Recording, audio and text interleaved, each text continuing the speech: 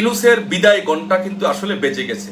সে যত তালবাহানা করুক আর যত মেটিকুলাস ডিজাইন করে যত ষড়যন্ত্রই নিয়ে আসুক এই জাতির সামনে, আসলে তার দিন শেষ। তার বিদায়, ইনুসের বিদায় ঘণ্টা আসলে বেজে গেছে।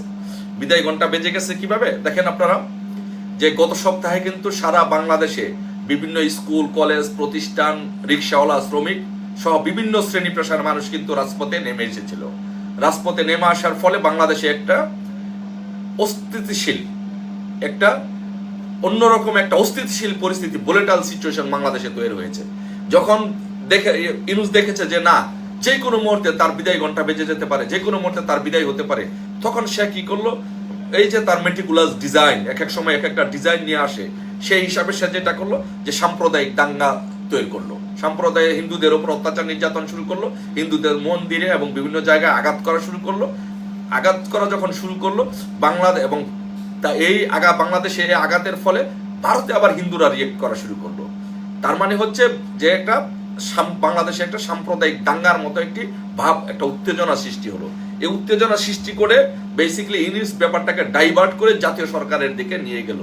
বাট ইনুস যতই সাম্প্রদায়িক দাঙ্গা করার চেষ্টা করুক, জাতীয় সরকার করার চেষ্টা করুক, যা কিছুই করুক, আসলে কোনো কিছুই ইনুসকে রক্ষা করতে পারবে না।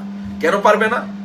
লোকাল কারণে এবং আন্তর্জাতিক কারণে, দুইটা কারণেই সে আর কোনোভাবে রক্ষা পাবে না। কেন রক্ষা পাবে না আপনাকে বলি, যে দেখেন বাংলাদেশ বিশ্বের ইতিহাসে মার্কিন যুক্তরাষ্ট্র একটি পরাশক্তি, এবং দক্ষিণ এশিয়াকে কিন্তু মার্কিন যুক্তরাষ্ট্র ইন্ডিয়ার চোখেই থাকতে চায়।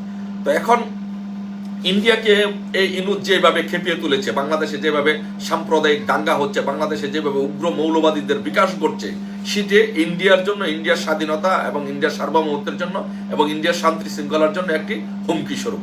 পাশাপাশি মার্কিন যুক্তরাষ্ট্র ডোনাল্ড ট্রাম্প শপথ নেওয়ার সাথে সাথে ইনুসের বিরুদ্ধে একটি ব্যবস্থা নিবে। কেন ব্যবস্থা নিবে? এই সুদখোর মহাজন ইনুস হিলারি ক্লিনটন ফাউন্ডেশনে নিয়মিত ডোনেট করতেন।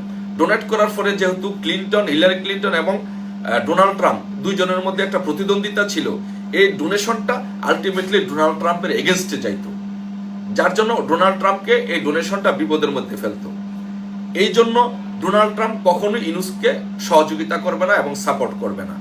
এবং ইনুসের সাথে ডোনাল্ড ট্রাম্পের একটি মনস্তাত্ত্বিক একটা দ্বন্দ্ব অলরেডি তৈরি হয়েছে, যার জন্য ডোনাল্ড ট্রাম্প কিন্তু আপনি দেখবেন যে টুইট বার্তা করে অলরেডি বলেছে যে বাংলাদেশে হিন্দুদের উপরে, যেই সংখ্যালঘুদের উপরে যে নির্যাতন হচ্ছে সেই ব্যাপারে ডিপলি সে তার কনসার্ন প্রকাশ করেছে। তো এই জন্য আন্তর্জাতিকভাবে এবং দেশীয়ভাবে বাংলাদেশে যেই পরিস্থিতি সৃষ্টি হয়েছে, বাংলাদেশের কোনো মানুষ বলতে পারবে যে বাংলাদেশে কোনো শান্তি শৃঙ্খলা আছে? নিত্য প্রয়োজনীয় দ্রব্য সামগ্রীর দাম যেভাবে বেড়েছে, রাস্তাঘাটে চুরি ডাকাতি ছিনতাই যেভাবে বেড়েছে, ব্যবসা বাণিজ্যগুলোতে যেভাবে ধস নেমেছে, গার্মেন্ট শিল্পগুলো যেভাবে ধ্বংস হয়েছে, মানুষের আয় যেভাবে কমেছে, মানুষ যেভাবে তার কর্ম হারিয়েছে, বাংলাদেশে সবকিছু মিলিয়ে বাংলাদেশে যে কোনো মুহূর্তে একটি প্রতিবিপ্লব হওয়ার সম্ভাবনা আছে। সেই প্রতিবিপ্লবকে ঠেকিয়ে রাখার মতো শক্তি সামর্থ্য কোনোটাই সুদখোর মহাজনের ইনুস নেই, যেহেতু তার কোনো রাজনৈতিক দল নেই। সে যতই চেষ্টা করুক মেটিকুলাস ডিজাইন করে বিএনপিকে ভেঙে বা সাম্প্রদায়িক দাঙ্গা সৃষ্টি করে যে সে ক্ষমতায় থাকবে, কোনোভাবেই আর ইনুসের এই ক্ষমতায় থাকার কোনো শক্তি এবং সামর্থ্য নাই।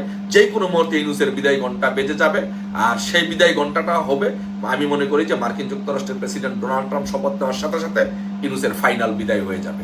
আর আমরাও বাংলাদেশের জনগণ সেই ইনুসের ফাইনাল বিদায়ের জন্য অপেক্ষা করছি। ধন্যবাদ সবাইকে। নিয়মিত এরকম নিউজ ভিডিও পেতে অবশ্যই আমাদের চ্যানেলটি সাবস্ক্রাইব করবেন, এবং ভিডিওটি ভালো লাগলে অবশ্যই লাইক, কমেন্ট এবং শেয়ার করবেন। ধন্যবাদ।